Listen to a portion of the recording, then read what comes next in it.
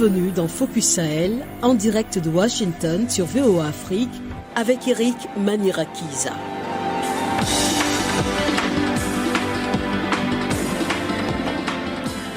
Bonsoir et bienvenue dans Focus Sahel pour une perspective unique sur la région. Et chaque semaine, nous explorons les nombreuses facettes de la vie au Sahel. Au menu ce soir, crise diplomatique entre le Mali et l'Algérie suite à des rencontres controversées, rappel des ambassadeurs de part et d'autre.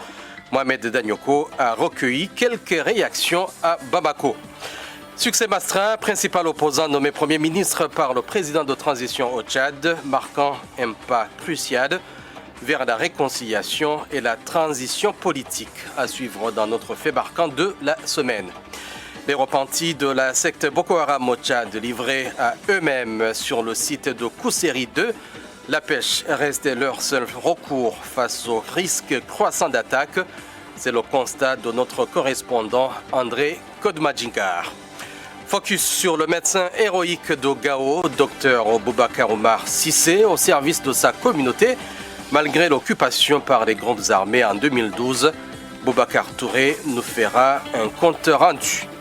Vous pouvez également nous suivre en direct sur Facebook. Je suis ravi que vous vous joigniez à nous dans ce voyage de découverte et de dialogue. Encore une fois, bienvenue.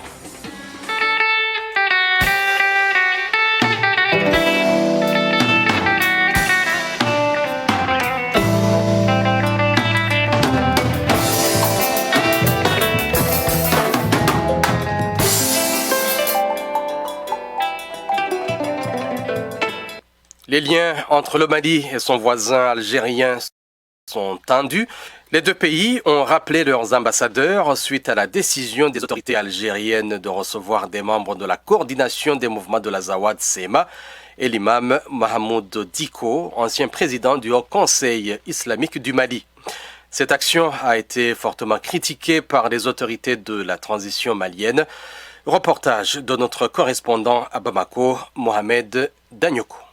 Garant de l'accord pour la paix entre les autorités et les groupes armés signataires de cet accord, l'Algérie a cru bon de recevoir des membres de la coordination des mouvements de l'Azawad. Ibrahim Traoré, membre du parti Aduma, se range aux côtés du pouvoir pour pointer l'Algérie comme principal responsable de cette situation. L'Algérie est censée être le garant de l'application de l'accord pour la paix et la réconciliation issu du processus d'Alger. C'est dans cet esprit sûrement que l'Algérie a expliqué, en tout cas, avoir pris des initiatives. Mais ces initiatives ne devront en aucun cas être prises sans associer l'autre partie au conflit. Et surtout qu'il s'agit quand même d'un État souverain. Modibo Soumaré, président du parti AFD, appelle lui à la vigilance et à trouver d'autres moyens de dénonciation, surtout avec un voisin stratégique comme l'Algérie. Il est important qu'un pays avec lequel nous partageons 1400 km de frontières, qu'on puisse échanger et surtout privilégier le dialogue avec ces pays. Donc moi j'espère de tout cœur que le président de la transition va s'impliquer, que le Premier ministre va s'impliquer, que le ministre des Affaires étrangères va utiliser tout son génie pour éteindre ce feu. La crise est là. Les deux pays ont rappelé leurs ambassadeurs après que ceux-ci aient été convoqués par leur pays d'accueil. Il est temps maintenant d'aller à la résolution de cette crise naissante. Il est important que les autorités maliennes et les autorités algériennes continuent leur dialogue et puis essayer de se comprendre pour dépasser ces problèmes-là. Parce que nous sommes vraiment contraints de vivre ensemble parce que nous avons quand même une frontière de plus de 1000 km. Le Maroc, avec son initiative d'ouvrir l'Atlantique aux pays du Sahel, comme le Mali, le Niger et le Burkina Faso, tente, selon des observateurs, de se positionner. Son apport ne serait pas le même que celui de l'Algérie, à en croire Alpha Hadi Koina, spécialiste de la géopolitique. est plus utile sur le plan économique. Même en ce qui concerne le plan sécuritaire, l'Algérie, c'est le pays qui fait frontière avec notre pays et dont, en fait, il faut les rappeler aussi, c'est que les populations du nord du Mali ont un lien étroit avec les populations du sud de l'Algérie, ce qui fait que d'une manière, les familles qui sont au sud de l'Algérie et les familles qui sont au nord du Mali sont les mêmes. Et des fois, en fait, la majorité des cas, par exemple, à Kidal, il y a une bonne partie de la population qui a la nationalité algérienne. Si les autorités de la transition ne se sont pas exprimées depuis le rappel des ambassadeurs, le gouverneur du district a cependant refusé d'autoriser la mobilisation prévue devant l'ambassade d'Algérie le vendredi dernier. Mohamed Danyoko pour VOA Afrique, Bamako. Nous sommes en ligne avec Mohamed Danyoko pour continuer la discussion. Mohamed, bonsoir. Bonsoir Eric, bonsoir. Oui, Mohamed, comment les autorités maliennes perçoivent-elles la rencontre entre ces représentants de la coordination des mouvements de la Zawad Sema et l'imam Mahmoud Dicko avec les autorités algériennes sur les relations bilatérales? Ce qu'il faut noter, c'est que déjà le fait que l'Algérie ait reçu la SEMA et l'imam Mahmoud Dicko a entraîné une crise entre les deux pays. Tout est parti d'abord de l'ambassadeur algérien au Mali qui a été appelé par le ministre des Affaires étrangères pour l'écouter. Et ensuite, l'Algérie a fait la même chose. Et plus l'Algérie a tout de suite rappelé son ambassadeur, ce que le Mali a aussi fait. Donc aujourd'hui, ce qu'on peut dire, c'est que le fait pour l'Algérie de recevoir la CMA et l'imam Mahmoud Dicko a été très mal pris par les autorités de la transition. Ils l'ont d'ailleurs fait savoir dans leur communiqué, parce que pour eux, aujourd'hui, il fallait que l'Algérie, en tout cas, prenne langue avec les autorités de la transition avant toute initiative allant dans le sens de parler de l'accord de paix.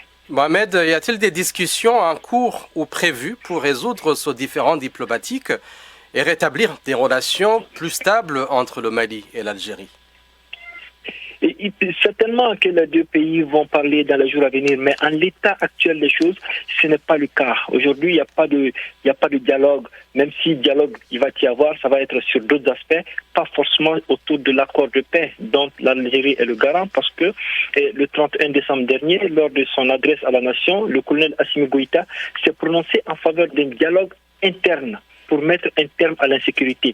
Et une annonce qui, pour beaucoup d'observateurs, consacre la fin de l'accord d'Alger, parce que le colonel Assimi Goïta a mis l'accent sur ce qu'on pourrait qualifier de reprise en main par les autorités de la transition du processus pour la paix et la réconciliation dans les pays et surtout dans le Nord.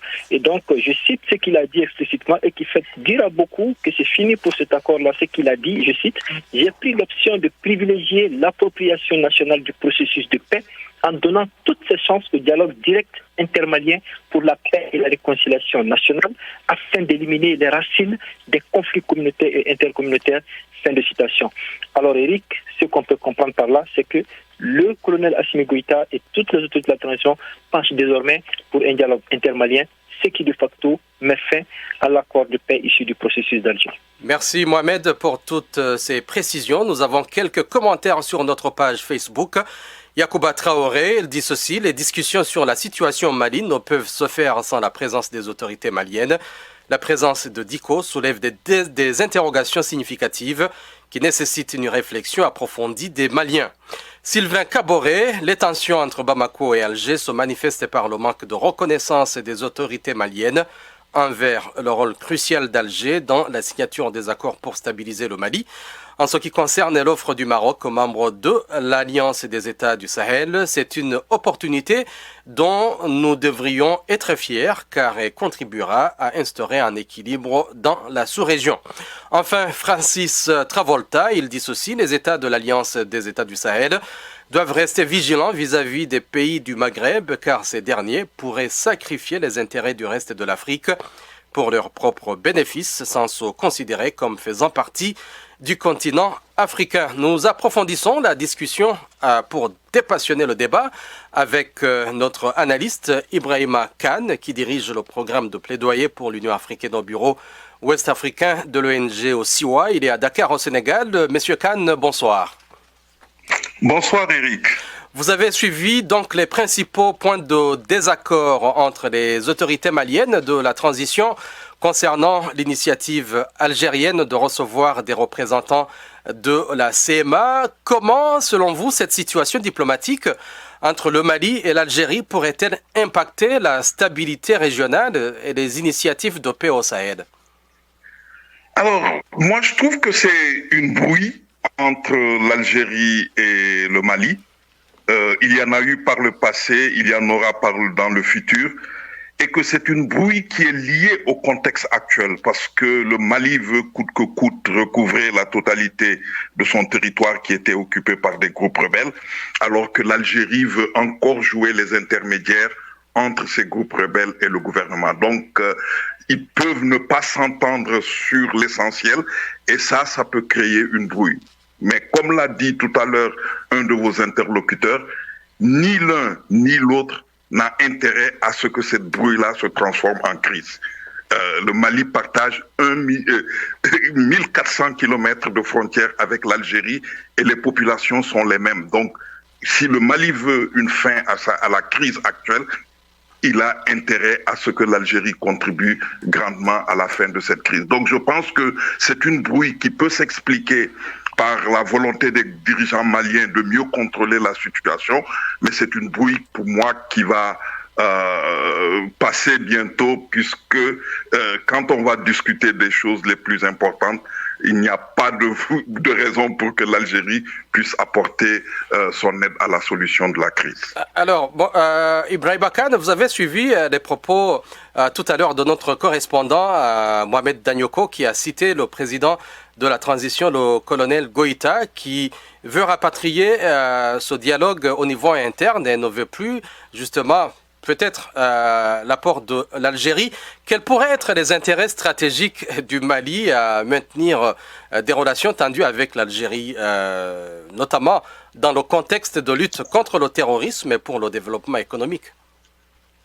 Alors, ça va être compliqué pour les autorités maliennes. Le discours du président du 31 décembre marque une volonté des Maliens de vouloir contrôler davantage le processus de paix, ce qui, fondamentalement, est une bonne chose. Mais en même temps, lorsqu'il s'agit d'une crise qui est une longue crise, une crise qui a ses racines, pas seulement au Mali, mais dans toute la sous-région, on a besoin d'un autre acteur qui peut servir d'intermédiaire. Et dans le contexte actuel, surtout pour ce qui concerne la communauté touareg, il n'y a que l'Algérie qui peut jouer un rôle fondamental dans cette crise-là. Et donc, à mon avis, comme je l'ai dit tout à l'heure, c'est une brouille. Les Maliens et les Algériens ne sont pas encore d'accord sur la meilleure méthode à utiliser pour solutionner la crise, d'autant plus que l'armée malienne maintenant s'est beaucoup investie dans le nord du pays pour récupérer les terrains perdus. Ça crée des frictions, mais c'est impossible pour les Maliens de trouver une solution interne à la crise sans la participation du voisin algérien. C'est impossible. Par le passé, ils l'ont essayé, ils n'ont pas réussi, ils ont été obligés d'aller à Alger et avoir des accords. Peut-être que dans le processus qui va venir, il y aura la renégociation des accords d'Alger parce que le gouvernement militaire malien a toujours insisté sur ce volet. Peut-être que cette crise-là va ouvrir la voie à une renégociation des accords, des fameux accords d'Alger. Ibrahim Kane, quel impact l'initiative du Maroc visant à ouvrir l'Atlantique aux pays du Sahel pourrait-elle avoir sur les relations régionales et les équilibres géopolitiques, notamment par rapport à l'influence historique de l'Algérie dans cette région? Alors, l'initiative marocaine, aussi intéressante qu'elle puisse être, à mon avis, est vouée à l'échec. D'abord parce que les pays en question, le Niger, le Burkina Faso et le Mali, n'ont pas de frontière directe avec le Maroc. Donc ça pose la question d'une intermédiation, soit par la Mauritanie ou bien par l'Algérie et le Sahara occidental, la RASD, et ça va être très difficile. Mais plus fondamentalement, c'est que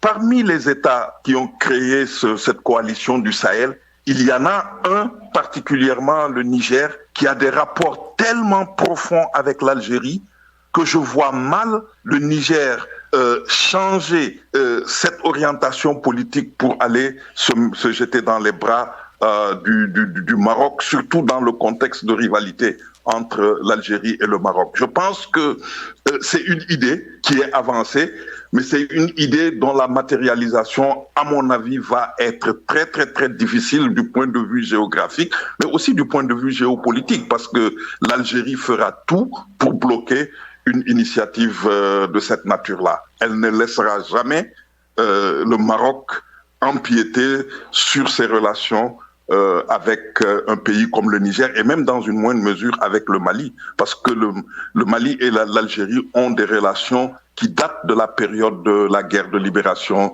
de l'Algérie. Et donc, le Maroc arrivera difficilement, même si l'offre est vraiment intéressante, arrivera difficilement à se frayer un chemin dans ces relations-là, dans cette zone géopolitique du Sahel.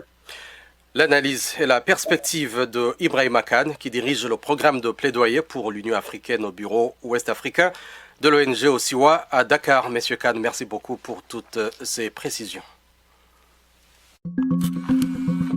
Le Sahel, une région à la croisée des chemins. Focus Sahel, votre nouvelle émission sur VOA Afrique.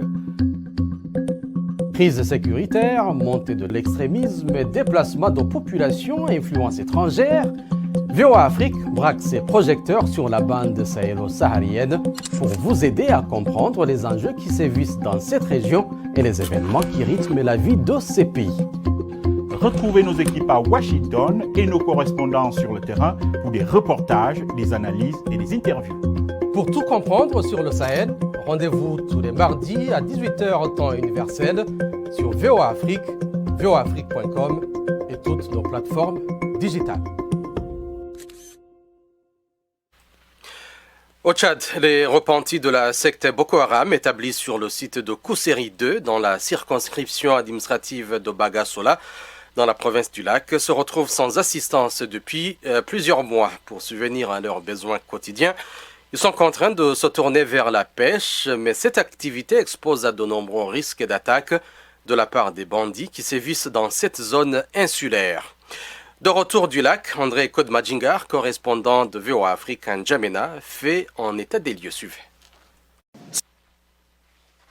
Ces déplacés internes estimés à près de 4000 personnes sont installés sur le site nommé Kousséri 2 à quelques kilomètres de la ville de Bagasola, département de Kaya, depuis 2015. Ils ont été pris en charge par les humanitaires opérant dans la zone du lac au même titre que les réfugiés fuyant les atrocités de Boko Haram. Mais les choses sont devenues compliquées depuis le déclenchement de la guerre au Soudan, comme en témoigne un partenaire humanitaire qui a requis l'anonymat. Ça fait déjà 9 mois qu'ils n'ont pas reçu un euro même de sorgho, ni des assistances en cash, ni les NFA, en tout cas les couvertures, les LENAT.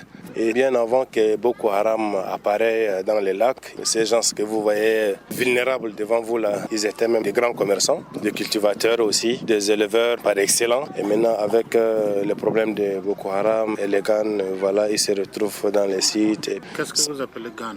Les GAN, c'est les groupes armés non étatiques. Les GAN, les groupes armés non étatiques, les hippopotames, les poissons ou encore les singes, ce sont les noms codés attribués aux éléments de la secte Boko Haram par les agents humanitaires dans la province du lac. Bien que décapitée à en croire les autorités tchadiennes, cette nébuleuse qui opte pour une guerre asymétrique change toujours de stratégie. Si on parle de Boko Haram, ils viennent en masse, mais maintenant c'est des coupeurs de route. On part dans un champ ou bien là où on égorge 2 personnes, 3 personnes, on enlève des femmes ou bien on enlève des hommes, c'est comme ça qu'ils font. Et c'est le mode opératoire exercé sur les retournés du site de Kousséri 2 et bien d'autres personnes qui tentent de se reconvertir dans la pêche pour sa survie, informe à VOA Afrique une autre source. Là où ils partent pour pêcher, il n'y a pas la sécurité, il y a des gens qui les attaquent encore. Avant, là, ils font des incursions et puis des irruptions. Maintenant, c'est dans la zone de culture ou bien dans la zone de pêche, ils partent. S'ils trouvent des gens, s'ils fuient, tant mieux. Dans le cas contraire,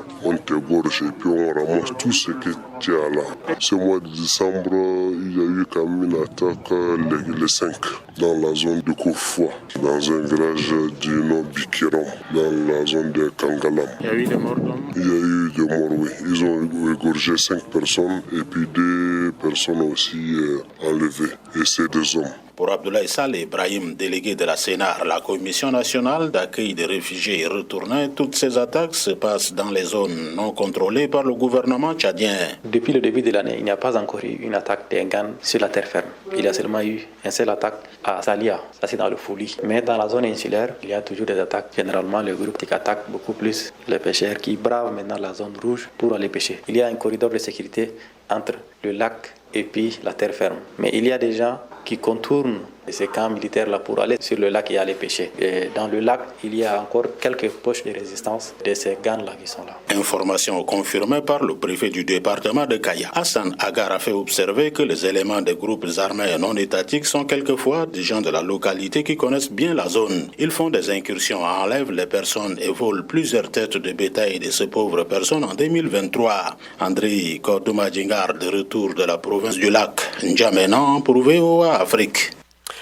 Restons au Tchad pour parler de cette nomination inédite. Succès Mastra, ex-opposant virulent, devient Premier ministre sous le gouvernement de transition, symbolisant la réconciliation. Son retour d'exil et son rôle clé marquent un tournant vers un gouvernement civil.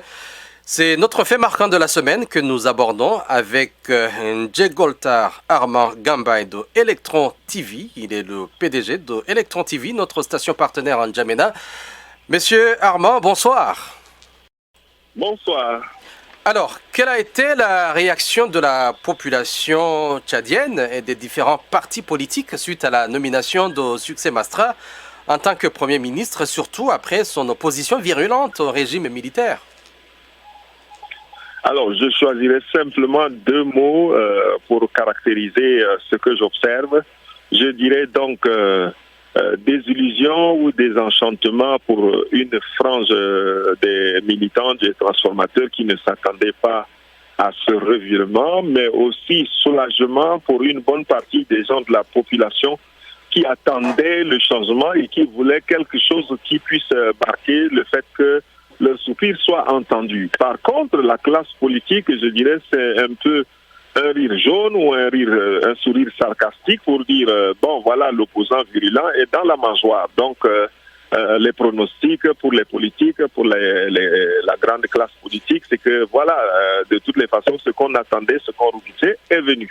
Voilà un peu donc désenchantement pour une partie des fans des transformateurs qui ne voulaient pas encore de ce stade de voir leur leader rentrer déjà dans le gouvernement comme Premier ministre parce que attendait au perchoir.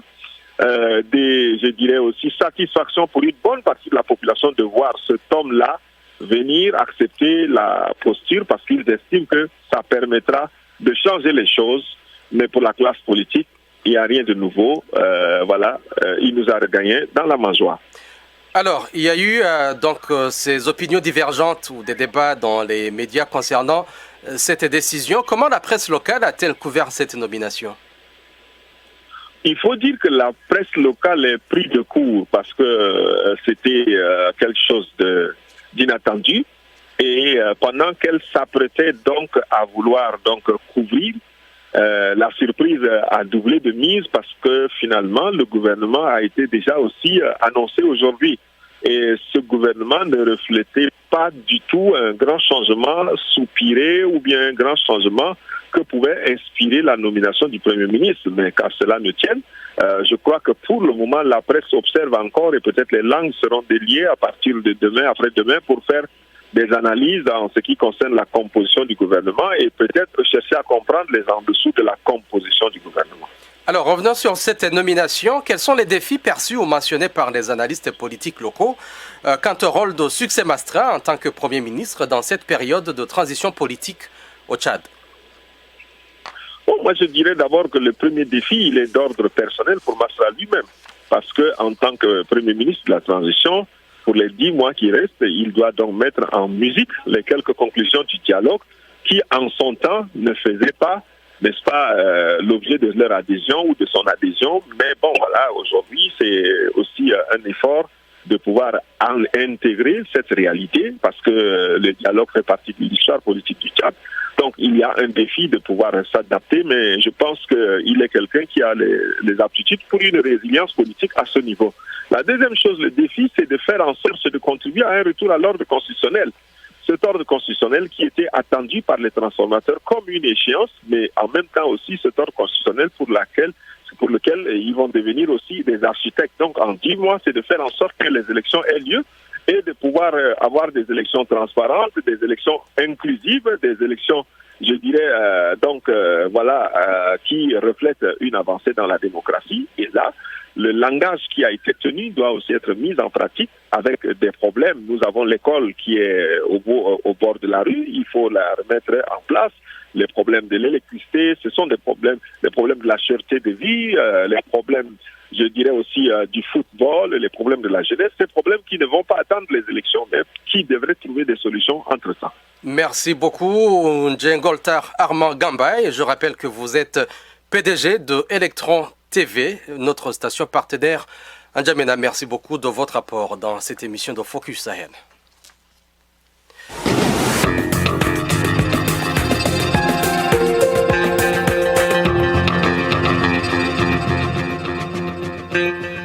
Docteur Boubacar Omar Sissé, médecin malien, chef du service des urgences à Gao, s'est distingué pendant l'occupation de cette ville en 2012 par les djihadistes. L'hôpital régional de Angandumbu Touré, transformé en base militaire par la Moudjao, a été dévasté lors de la prise de cette ville. Grâce à l'engagement des médecins locaux regroupés au sein de l'association Action Humanitaire Gao, notamment le docteur Boubacar Omar Sissé, cet établissement a pu renaître de ses cendres pour servir à nouveau la communauté malgré les dangers encourus lors de cette période trouble. C'est un reportage que nous propose notre correspondant à Gao, Boubacar Touré. Suivez. Surpris par la tournure des événements avec leur corollaire de violence, les élèves et les enseignants étaient contraints d'abandonner les écoles alors que nous étions seulement à quelques semaines des examens de fin d'année en 2012. Comment était venue cette belle initiative du retour des enfants à l'école? Amadou Sidi Touré, président de la commission éducation. Je me suis senti interpellé. Et comme j'avais cette conviction qu'on pouvait organiser un jour les examens à l'intention des candidats, j'ai tenté d'organiser quelque chose à l'intention des candidats, donc au DF, au CAP, au BT et au baccalauréat. Ils sont restés à l'époque que les enfants dont les parents n'avaient pas les moyens de les transporter ailleurs pour aller faire des inscriptions. Pour ma part, j'ai dit que c'était les moments les plus exaltants de ma carrière parce que je me sentais utile à ma communauté.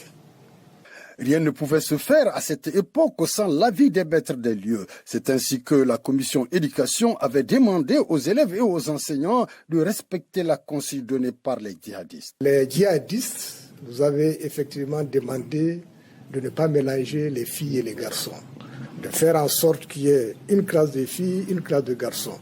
Quand on ne peut pas faire une classe de filles et une classe de garçons, de faire juste une rangée de filles et des rangées de garçons. Nous avons reçu cette consigne, nous l'avons respectée. Pour toutes les personnes interrogées sur ce dossier, Amadou Sidi Touré était une référence. Suivons ce témoignage. Pour les fondamentales, pour l'enseignement technique professionnel, pour l'enseignement secondaire général, c'était Amadou Sidi la référence. C'est sous sa responsabilité que nous avons dressé les emplois du temps. C'est sous sa responsabilité que nous avons engagé les enseignants qui devraient tenir ces classes-là. Amadou, il était d'abord le fonctionnaire cadre A, qui n'était pas obligé de rester. Mais pour, je ne sais pas, patriotisme, attaché à cette terre-là, il a décidé de rester. Je remercie un homme, sous son leadership, il a pu vraiment organiser beaucoup des enseignants.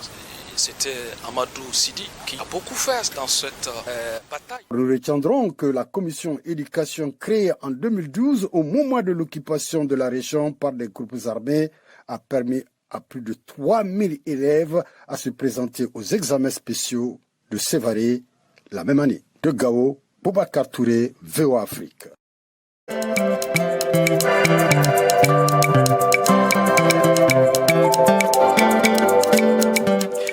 C'est la fin de cette édition de Focus Sahel. Merci à notre public qui nous a accompagnés dans ce voyage au Sahel. Merci également à nos invités qui ont partagé avec nous leurs expertises et leurs points de vue. Enfin, je tiens à saluer le travail de nos correspondants qui se sont surpassés pour vous apporter ces nouvelles de la région. Eric Maniraki a été avec vous au micro. Firmin Koyaweda, Fatouma Limas Kalala et Trésor Matondo ont assuré la réalisation et la mise en onde. Nous vous remercions d'avoir écouté Focus Sahel et nous vous disons à bientôt. Au revoir.